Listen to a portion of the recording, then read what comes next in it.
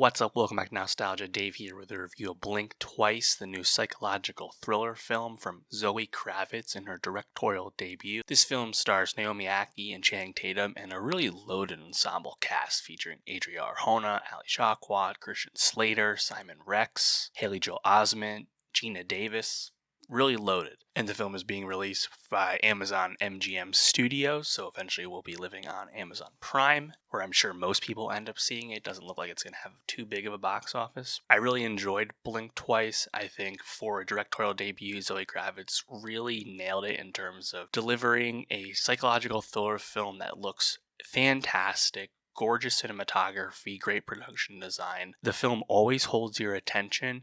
And when the movie finally flips and the twist is revealed, it might not surprise you. You got a sense of where it was going, but it still shocks you. It still kind of wows you. And the movie, I think really capably handles that twist, that turn, ends quite strong as well. Naomi Ackie gives one of her best performances because she really has to kind of twist and show a lot of herself as the character evolves throughout the movie. Channing Tatum, I will tell people what you did here today. He's great in the film as well, really continuing that renaissance that he's been on the last few years. Adria Arjona as well, another performance that really evolves throughout the course of the movie. I think the central premise of the film, where you have Naomi Ackie's Frida and her friend Jess, played by Ali Shawkat, they kind of link up with Channing Tatum's billionaire character Slater King and effectively get pretty quickly and easily, seemingly, invited to Slater King's, private island that he owns. This lush,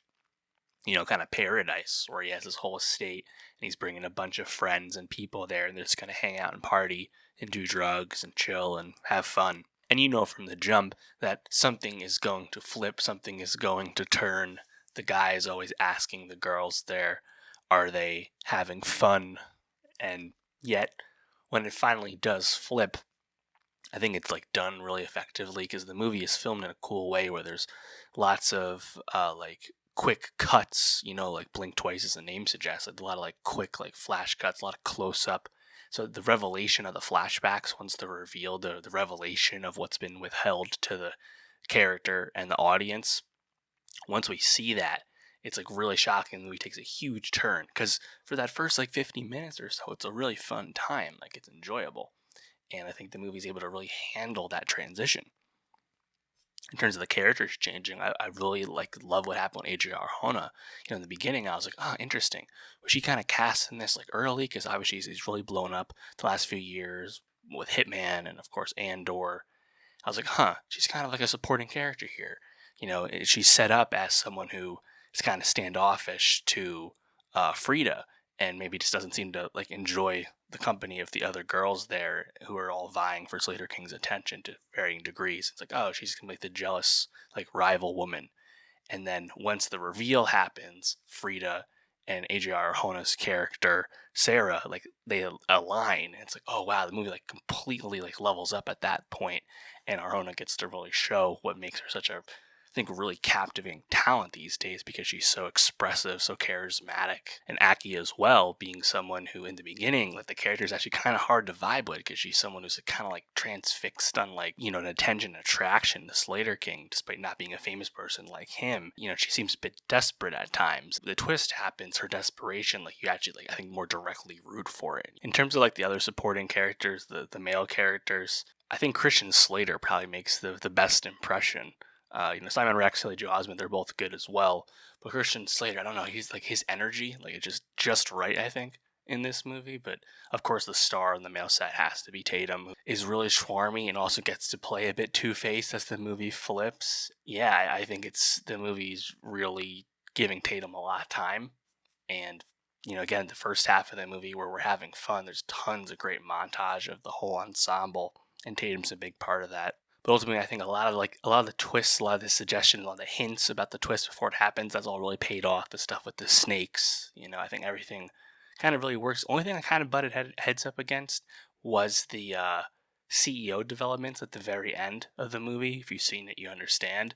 I thought that was a little far-fetched. Obviously, much of this movie is far-fetched, but I was like, how the hell did that happen? That one was a little off to me. But yeah, I think the movie really handles being able to be like multiple things in its first half and the second half, and it's a lot of fun.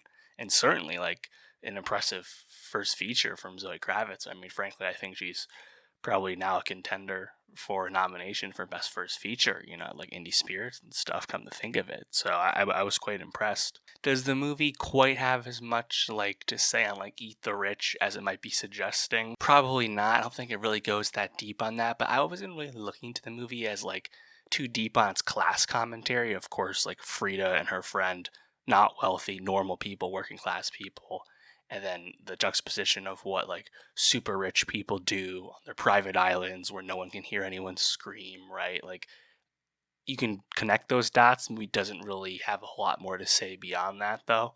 I think that was fine. I think the movie is just broadly like really entertaining. It really moves the entire time. It's also quite brisk. It's only like 90 minutes.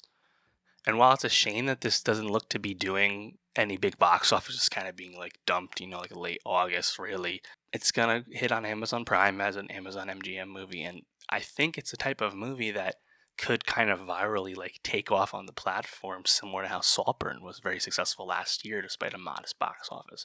Now, this is not ideally what we'd want. We'd want the movie to make more money in the beginning, but I do think this will find an audience over time, at least to some degree. I think the Tatum factor will certainly help. Just planting his mug on the still will help sell it and get people to click on it, that's for sure. But also, of note, this movie was originally called Pussy Island. That was the original title that had been talked about for a while. I think they wisely changed that title to something a bit more grass. But going into the movie, knowing the original title, I was like, what could that mean? Then it starts to become pretty apparent if you had that knowledge going in, obviously.